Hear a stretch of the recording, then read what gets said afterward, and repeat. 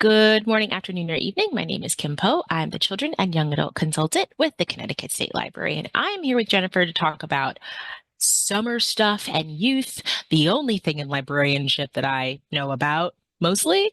So we're going to hear about free lunch programs, summer reading visits, and it is April, so 'tis the season. Thank you so much for being here, and I'm really excited to hear what you guys are doing with all this stuff. Yeah, thanks, Kim. Thanks for having me. So yes, summer lunches. I've worked in a couple of different states. And in some states the free lunch program has been very heavily involving libraries. I don't get that same kind of feeling for Connecticut. So when the opportunity came to us, I was super excited. So just a little bit of background. So, Vernon, Rockville. So I work at Rockville Public Library in Vernon, Connecticut. So Rockville is like a small section of Vernon, and it's primarily where the low socioeconomic section of town is. Well. And so prior to COVID, there used to be a camp in Henry Park, which was kind of in our vicinity, and free lunches were served there. And that camp really serviced primarily the children of this neighborhood because it was within walking distance. And also the pool is in that park. So even kids who weren't participating in camp could also get the free lunch too. And it worked out really well. And then of course, COVID hit, and for a couple of years, they were just handing out meals in paper bags, and you just drove up in a line and you were given your meals and off you went. So this past summer, that kind of changed, where the department said, listen, we've really got to go back to people coming, eating their meals. We want to make sure the kids are getting them and eating them. So this is what we need to do. But in our town, just for a variety of reasons, number one, the pool not being in service because it needed repairs. They weren't having the camp anymore. The pool wasn't open. And so the first year they tried doing it in another park that's here very close to the library, and it just wasn't as successful. A lot of people weren't going there. It's more as a very small playground, and that's it. It's not a big draw for families and kids. And so this past summer, or spring actually, the school district said, what about the library? Like maybe we should talk to the librarian. And she called and I said, oh, please, yes, please. Like, let's have this in our library. And she was really shocked. And she was like, really? And I was like, we'll do whatever we need to do to make this happen. Um, so we are definitely a library that gets a lot of foot traffic from children that are in this neighborhood because sadly there's just not a whole lot to do here. And so they walk the streets, and we fortunately are on their path, and a lot of times many of them will pop in, but a lot of them don't because there's intimidation. Number one, we have a very beautiful library, but it's a little intimidating looking, I think, for certain folks. And also just too, I mean, we all struggle with the fact that a lot of people in our communities just don't know that the library is for them. So I thought that this would be a really great opportunity to kind of bridge ourselves with these people. And who doesn't love free lunch? So we worked with the school district. So the school district is the one who makes the lunches. We worked out, what was going to be the best time. Was it going to be every day, just certain days? Were we going to do breakfast and lunch? Because you have that option too. And we said, well, for the first year, let's just do lunch. Like we just kind of want to get our feet under us. And so it worked out really well. We kind of took a look at our days and when programs are primarily happening, because we also wanted to encourage participation in summer reading, and also for preschool programs as well, because free lunch is really great. It's open to anybody 0 to 18. So you don't even have to be a school student. And so we said, well, let's do 11:30 to 12:30. There's a lot of different options on those days to either come for a program beforehand and then have lunch, or have lunch and go to a program afterwards. And the first couple of days, I'll be honest, there was like not that many kids, and we were like, oh no, maybe this isn't going to work. But then they brought us a really big sandwich board sign that has a character on it, and he says, "Free lunch here." And all of a sudden, it was like, "Ooh, the library's doing free lunch." And so we were getting a lot of families, and I would say probably 75% of the families that were coming in were not people that we typically saw, which was amazing to me. And then those people were telling their friends and were like, "Did you know there's free lunch at the library? Like you can go." And so what we ended up doing is we're a multi-level library. Our children's library is down on the lower end. But we decided to have lunch as soon as you come in, we're going to grab you, we're going to do lunch. And it was also really great because we could kind of stand in the door and say, "Hey, did you, if we saw people with kids, it's like, "Hey, did you know there's free lunch?" And so we were able to grab a lot of people that way. And so we just, as we all are really good at doing, we gave our spiel.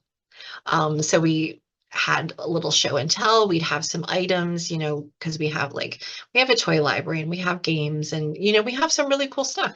And so we would kind of have a show and tell and be like, "Oh, did you know that there's this and this?" And we're encouraging people, "Hey, let's go down and get a library card, like take a look at what you can do." And then we made sure that we were, having other information as well. We realize that a lot of these families are people that need other resources other than the library. And so we were connecting with other organizations in our town and saying, "Hey, do you have opportunities or do you have things that are of a benefit to these people?" And so it was really great to kind of open themselves up, not just to the library, but other things in their community as well. And it was beautiful. I mean, we have so many great stories, but I think two of my favorites are a little boy who every single day would come in and he would tell us about what it was that he read the night before and want to tell us all about this book and, kind of retell the story, which was really great. And he was definitely one of our favorites. And then there was another really great connection that we made with a single parent who had two kids. And she was actually also babysitting for a friend that summer as well. And we heard from her. She said, "I really wanted to help my friend, but I was really concerned about how was I going to afford to be able to feed all of these kids, not just my own, but her kids as well." And what a huge thing to know that you're helping children eat. But then also, she became really vested in the library and started taking her kids and these other children to programs, made sure that they were getting books. And really, we made a connection. And it was, making connections is what we're all about. And it was just a really beautiful opportunity to be able to do that. And, really and truly, it's just so easy. It really was not a lot of work. It was an hour of our time and we took turns, so there was no onus on any one person in the library. The teen librarian, the children's librarian, the adult librarian, and myself all took turns serving lunch and just hanging out in a room and having conversations. And, what are you guys, doing this summer? What are you interested in? What kinds of things would you like to see here at the library? So it was just a really great way to connect with people in our neighborhood. And so absolutely, yes, we're doing it again this year, and are really excited. And I think, we'll just be able to build on the relationships that we had from last year and continue to grow this program even more. So it's really great, like I said, probably the easiest program I've ever done in my whole career, as far as what it took for me to be vested and the staff as well. This is so interesting to hear. Within the youth consultant world, right? We have a live Yeah. guides, and so a lot of us are always talking to each other. And you're right. In other states, it really is the public libraries that take a lot of the lead on doing the free lunch programs. I know the youth consultant in Ohio is very, very passionate about food Mhm. security and using libraries as an avenue to help provide that. And hearing your stories, it sounds like you did a couple things. You were able to build relationship with other community organizations, right? Maybe like social service organizations or whatever, Mhm. because of this population that you were serving, you were able to I know you talk about the libraries building community, but I don't know if you noticed, but you're also fostering community with each other, right? Sure. So as Oh, the absolutely. well, the story that you mentioned about the single mom, they're saying that as people are becoming more lonely and friends are asking friends for favors less and less, right? Like, hey, would you Mhm. mind dropping me off at the train station? People aren't doing that as much anymore. And the Mhm. free lunch program at the library was able to help one mom support another mom. And then the Yes. library was kind of the umbrella there Right. helping them because the library can't be the babysitter, but this other mom Mhm. can, as long as she can find a way to manage a very real barrier of kids eat a lot, especially in the summer if they're running around outside and Absolutely. getting hot and stuff like that. But you Yeah. you also, as you're saying that you all just sort of sit in the room and sort of talk with folks, those are like little baby community needs Yeah. assessments. But Yeah, no, absolutely. Absolutely. And I think the other thing, two other things that just kind of popped in my head as you're talking about that. So one of the other things that we really found is that it also, not only for us to connect and, kind of to go back to that community building, there were other parents that realized, oh, I think I've seen you. Like you're in our neighborhood, aren't you? And never made those connections because Mhm. again, I think in our world, we're very solitary. Even neighbors don't talk to each other. We're not making those connections, right? And Mhm. so a lot of that happened. And then they started making plans like, oh, well, are you going to be here tomorrow? Because there were certainly families that came every day. We did it Monday through Friday. But then there were certain people that maybe just, 2 or 3 times a week. And it would be like, oh, okay, so we're leaving. When are you coming back? Okay, we're going to make sure that we're coming back because parents were connecting with parents. Children were making friendships with other kids in their community. And so that was just really beautiful to see as well. And then the second thing I forgot to mention this, so we had a patron who came in and was so excited to see that we were doing this. And she said, this makes me so happy. Like she's very aware of her community. She knew that kids weren't getting meals during the summer. And she said, I need to help. Like I want to give money. And I said, well, you don't need to worry about that though. Like my first was it's taken care of. Like the state and the federal government take care of this Mhm. program. Like it's not costing us anything other than our time and space, but how generous of you. And she says, no, like you don't understand. I need to give. And I said, okay. And again, going back to kids eat a lot, Yes. especially in the summer when they're active. And Yes. so she gave us a donation and then we were able, because I mean, yes, they're good lunches. And I think especially we have a really great lead of the nutrition program in our school district to make sure that she's giving food that the kids want to eat, not just that are Mm. best for them. Mhm. However, isn't it nice to get some extra cookies or maybe some extra fruit or cheese sticks or, those kinds of things? And so we did end up taking her donation and we bought a stock of stuff that we would have especially on Fridays. We tried to make sure always on Fridays, but then it got to be we had more than enough to give other days. But we said Friday before you leave, take a little bag of some snacks because we're not there to provide food Saturday and Sunday. And Yeah. so that was just a way also for a community member to support others in her community as well, which was really fantastic. So Gosh, that's so yeah. that's so beautiful, and I love that they're like, no, you don't understand. You need to let Yeah, me. she was not Yeah. to be deterred. And so it Yeah. was like, and then of course your librarian hat goes back on and said, well, why am I turning away money? Like, I Yeah. was like, Jennifer, come on now, Yes. We know and we it need to was hold great on and to it made it. her happy. The kids loved it, the parents appreciated it. So it was a win for everyone. I love. So from a logistical standpoint, so like I was saying earlier, I would look into this a lot just because the libraries are so convenient. And, we know this, but other people don't realize that there are more public libraries in towns. There are some towns with 4 libraries just because they Yeah. can. Yeah. So, we really are situated in a way to support. But from what I can see on a holistic standpoint, Connecticut's figured something out. It's working for them for the most Hmm. part. And I think there might Hmm. be some communities like yours where it's like, oh, well, we got to switch some things up, which I think is Yeah. completely fair.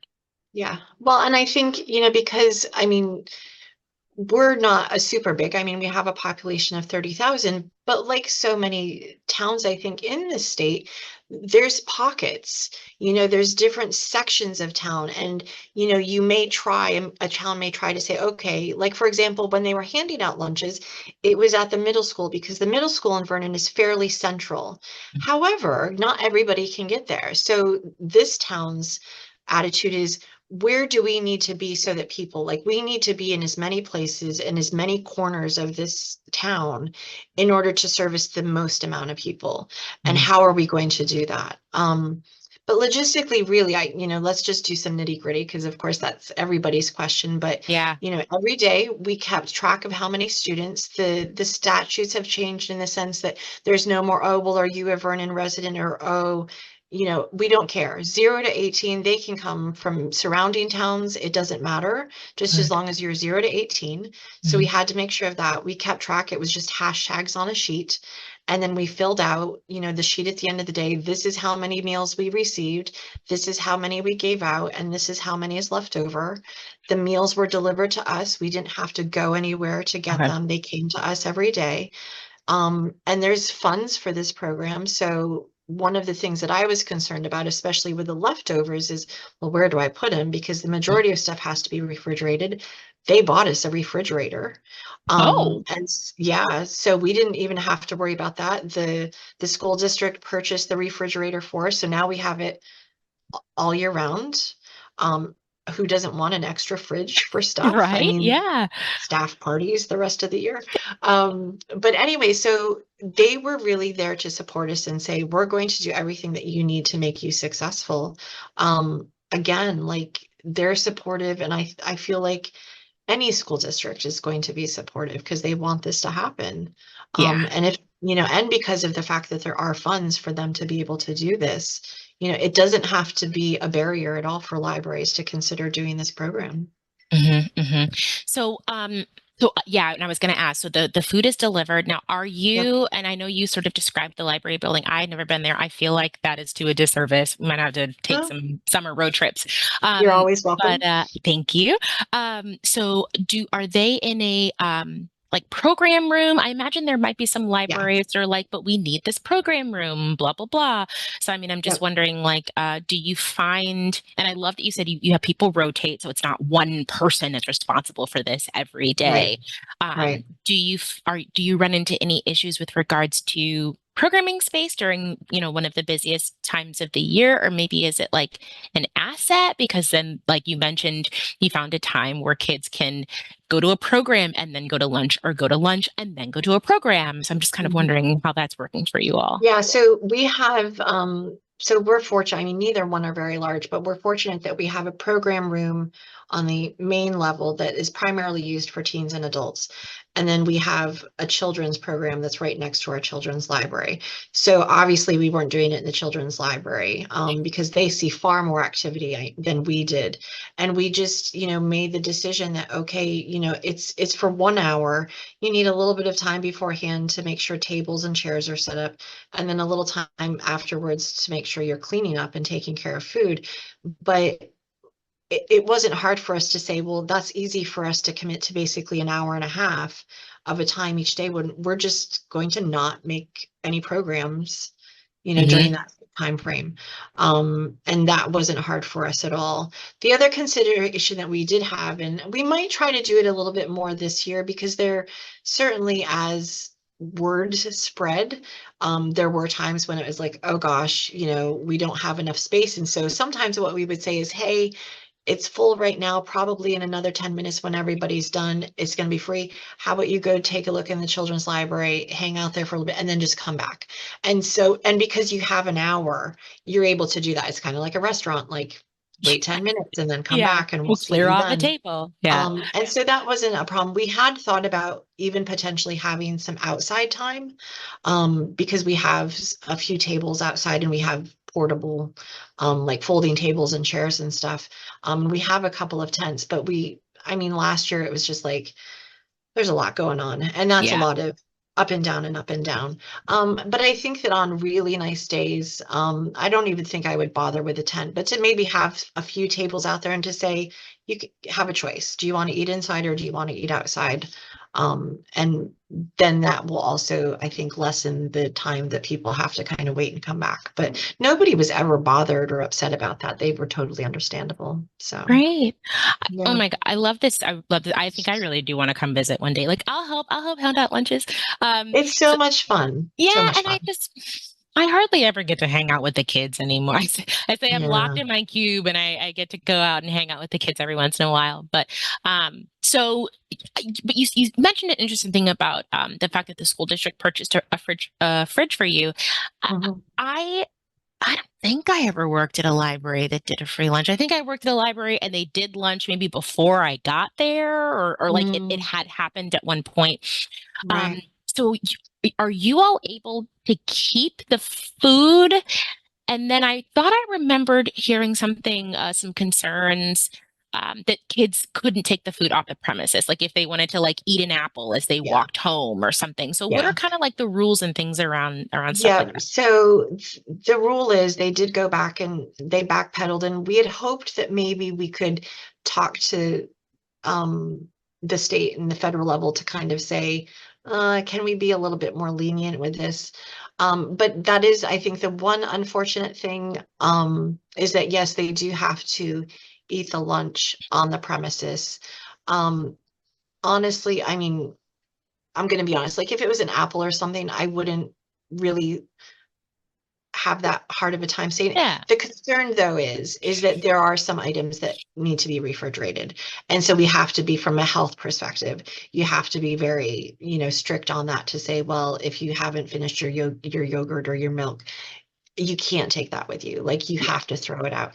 And it was Mhm. really hard for some parents because like, also you don't want to waste anything and your kid most likely is going to want it later, but that we had to, stick hard to that they couldn't take it with them. And so then what happens is, say you order, I don't know, for example, 50 lunches, and say you only gave out 45 lunches that day. So now you have 5 left over. So what would happen is on that paperwork, you say, okay, we have 5 left over. So then the next day when you're ordering, because you order every morning, Mhm. you would say, oh, well, I've still got 5 left over from yesterday and they're still good. So I don't need 50. I only Yeah. need 45.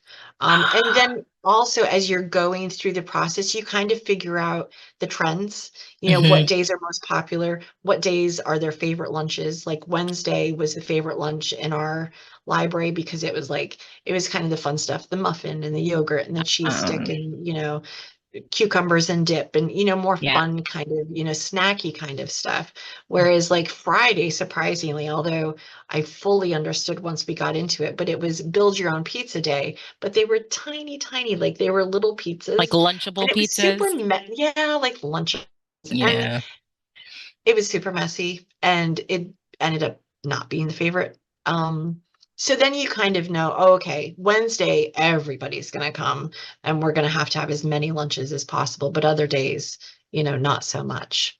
Right, right. So yeah, no, it really and truly, it's just not that hard. I think more libraries should consider even reaching out to their school districts because I think for the vast majority, I believe school districts do it. Prior to COVID, the town of Vernon, the youth services department actually was the one that was in charge. Okay. But once COVID hit, the school district said, we're just going to take control of this because it's easier for us. Hmm. Um, and then they just maintained that afterwards. They just decided that was going to stay in their wheelhouse. But I think it's definitely worth libraries thinking if they can house something like this and reaching out to whoever it is in their town to, Hmm. make this a possibility. I think I just have two questions, and I want to Yeah. write down one of the answers.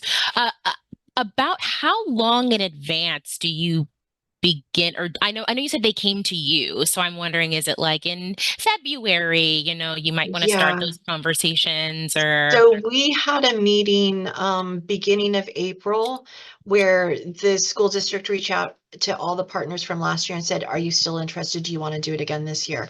And then if we said yes, then we set a meeting Mhm. to just talk about what worked last year, what didn't, what changes or adjustments do we need to make.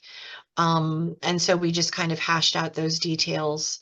And then there is like a brief, maybe 45-minute hour tops, training that everybody just has to go to, like reminders about keeping things cold, and Hmm. the whole thing about, you have to have kids eat on site, just refresher reminders. And yeah, that's it. And that'll happen, like, I think the week before we start handing out meals. Hmm. And we started handing out meals the very first week after school was let out. And we continued until it wasn't quite a full week before school started again in August, but I think there was like a few days where we weren't handing out meals, but really it's truly is the whole summer I that you love do that the so much. meals. And I Yeah. and I hear you. I get it. If someone takes a yogurt and then sets it down for 4 hours and then they go back, Right. because And kids are yeah, kids. and ultimately the responsibility lies with us because we're the Yep. one that served the food. I get it. I get it. Yeah, it doesn't make everybody happy, but if you just explain, Hmm. really everybody understood Yeah. and didn't really give us a hard time about it. So you mentioned that the school came to you and asked if you were interested. Did you already have a relationship with your school before this, or do you find that this Um, process has strengthened your I mean, relationship with your school systems? to a certain degree, we have a relationship. Let's be Good. honest, so many of us struggle to have a really good, strong relationship with our school districts. Obviously, they were aware of us. We do like we every single kindergartner, for example, comes and tours the library, and gets a library card. So there's connections. I don't think that any of that really swayed things as far as the lunch program. We just happen to have a very dynamic nutritions director at Hmm. our school who just her goal is to get as many lunches in kids' hands as possible. Like that's her major goal in life, I think. Wow. And so she was just like, okay, Henry Park isn't happening anymore. That other park didn't work. We've got to figure something out because we have to be in this community. And so I don't know if she perhaps came from a different state because she hasn't been here that long, and maybe she was aware that that was happening in other states, but she came to us and I was super happy. I'm super happy too, and I really am. I'm gonna have to find a week. I wanna come, and I wanna You're hang out. welcome any day of the week during the summer. Thank Come see you. us. Thank you so much, and thank you for sharing, because we really don't hear a lot about libraries that run summer lunch programs, and Yeah, you I have guys. to say I was really surprised when I came to this state. Because I had been in Pennsylvania before that, and in Pennsylvania, very much like Ohio, it's huge there. Mhm, So I was kind of surprised, that this was a bit of a novelty in a mhm, way mhm. for the state of Connecticut. Well, we'll see. I got some ideas brewing, so Good, good. we'll see if we can, get a few more public libraries on that bandwagon, because I, Yeah, I think you're right. There are pockets. There are always people somewhere kind of being overlooked, and um, that's what we do, right? yeah, 365. absolutely. Yep. Great. Thank you so much for sharing your story and taking some time out of your day on this beautiful Friday, where quite frankly, I have not been able to do much. I'm very distracted by wanting to be outside. So thank you so much. Yeah, thank you. Appreciate it.